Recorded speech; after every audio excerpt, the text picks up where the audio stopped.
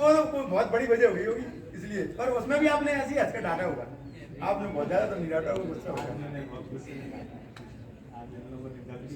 तो कुछ गलती, अब तो गुस्सा कब आता बहुत ज्यादा, मैंने देखो इतनी बात कही तो जाकर मैंने तुरंत मेरे को रोक दिया कि नहीं हाँ डांटा, तो मैं समझ गया कि कोई बड़ी बात हुई होगी। देखिए इस उम्र में जिस उम्र पर आप हो ना, उसमें एक सबसे बड़ी जो गलती होती है ना, कुछ कुछ होता है, ठीक है ना, यही गलती होती है, सबसे बड़ी गलती होती है। जो अपन 14-15 साल से शुरू होते हैं ना, फिजिकली अपने अंदर जो शरीर में हार्मोन चेंजेस होते हैं ना, तो यहीं से गड़बड़ होती है। और जो लोग इसमें फंस गए उनका तो बेड़ा गर्क है, 100% गर्क है, आप नोट कर लेना।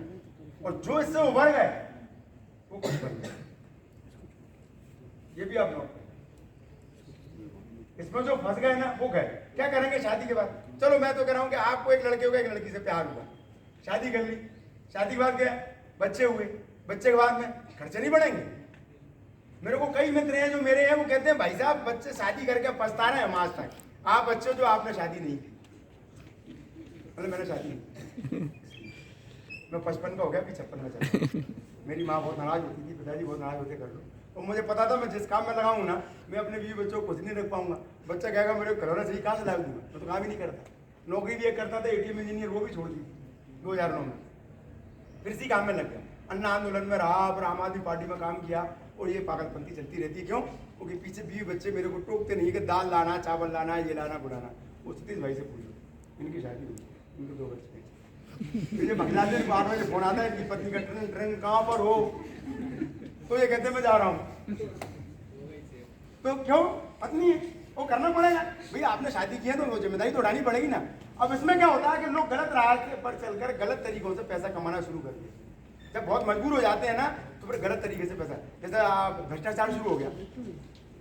क्यों कर रहे हैं आप?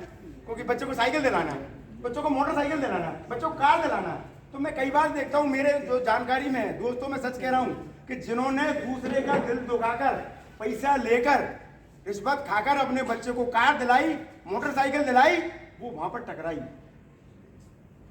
मेरे को पता है, मैं जानता हूँ ऐसे लोगों को नाम है, जिन्होंने रिश्वत से, मेरे चाचा जी थे, काम करते थे कॉलेज में, अकाउंटेंट थे, उनके मित्र थे 3-4, वो वहां से घर पर आए, वो अकाउंटेंट थे तो उनकी चाबी उनके पास थी। एक मित्र ने कहा कि मेरा उसमें कुछ सामान रह गया यार, आप चपरासी को चाबी दे दो, वो तो उन्होंने विश्वास करके चाबी दे दी। वो सारे अकाउंट के जो पैसे थे उसमें बच्चों के वो सब निकाल दिए।